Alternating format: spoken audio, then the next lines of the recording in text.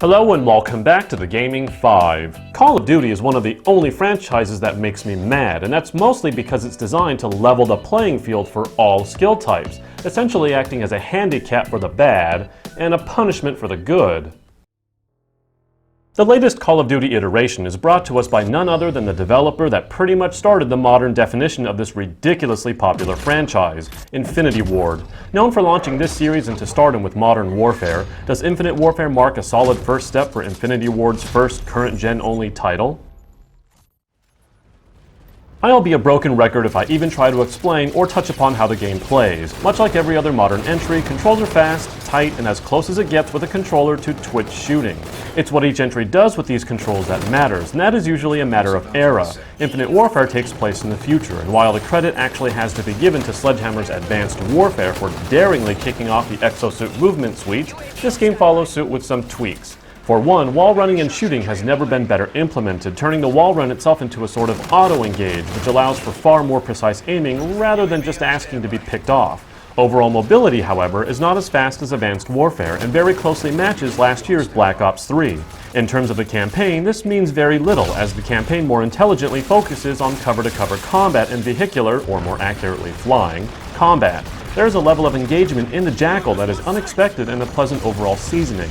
Then we move back into multiplayer and it becomes abundantly clear Treyarch is the winner in multiplayer design. It doesn't seem Infinity Ward understands how to code their spawn system.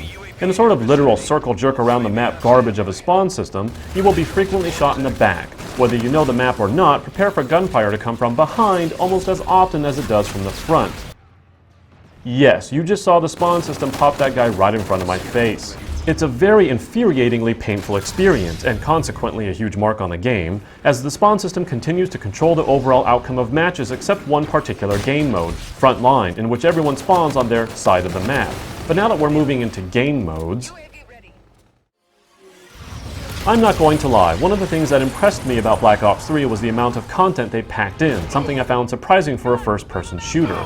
Infinite Warfare doesn't quite hit those highs, but finds itself still pleasantly ample. The campaign is expectedly short, but lasts longer for those looking to complete the numerous optional side missions. Zombies, a mode I admittedly spend the least time in overall, is intelligently designed like Black Ops 3, but takes on an identity all its own without the use of celebrity faces, and even employs a clever self-respawn system to ensure matches last longer.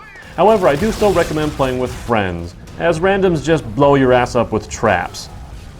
Thanks, you dumb piece of... And finally, the bread and butter of content, multiplayer. It's a slightly abridged version of Black Ops 3, having fewer rigs, less guns, and less overall loot unlockables. In the end, though, this game still exceeds the content of most recent first-person shooters, mostly due to the depth of its novelty mode. While it's become far enough in the life of the current generation consoles to see games maximizing their capabilities, Infinite Warfare is sort of showing where the plateau is at. There's very minimal improvement graphically over either of its current-gen built predecessors, and close inspection shows off the same low-res textures used to keep the game's resources focused on ensuring everything continues to move at breakneck 60 frames per second speeds. While the campaign does enjoy a more overall solid frame rate than either of its predecessors, the best way I can describe the visual and oral presentation is business as usual. The campaign story development, though, does maintain a high level of engagement due to its well-thought-out deployment storytelling, and deploying creates a sort of calm before the storm that makes the campaign an actually enjoyable roller coaster. I'll start by saying the bad. The multiplayer experience just can't hold a candle to Treyarch's efforts. It's an awful experience, and it boils down to the spawn system that seems to be designed on paper, but poorly tested in reality. Who is even testing this and saying, "Yeah, we got shot in the back a lot, it's good to go"?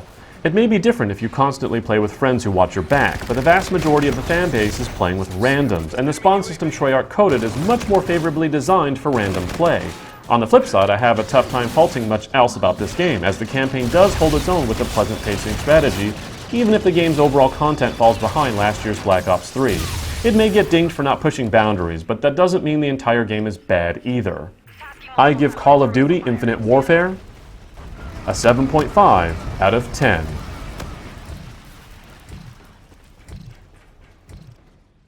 That's it for today. See you next time on the Gaming 5, or will I?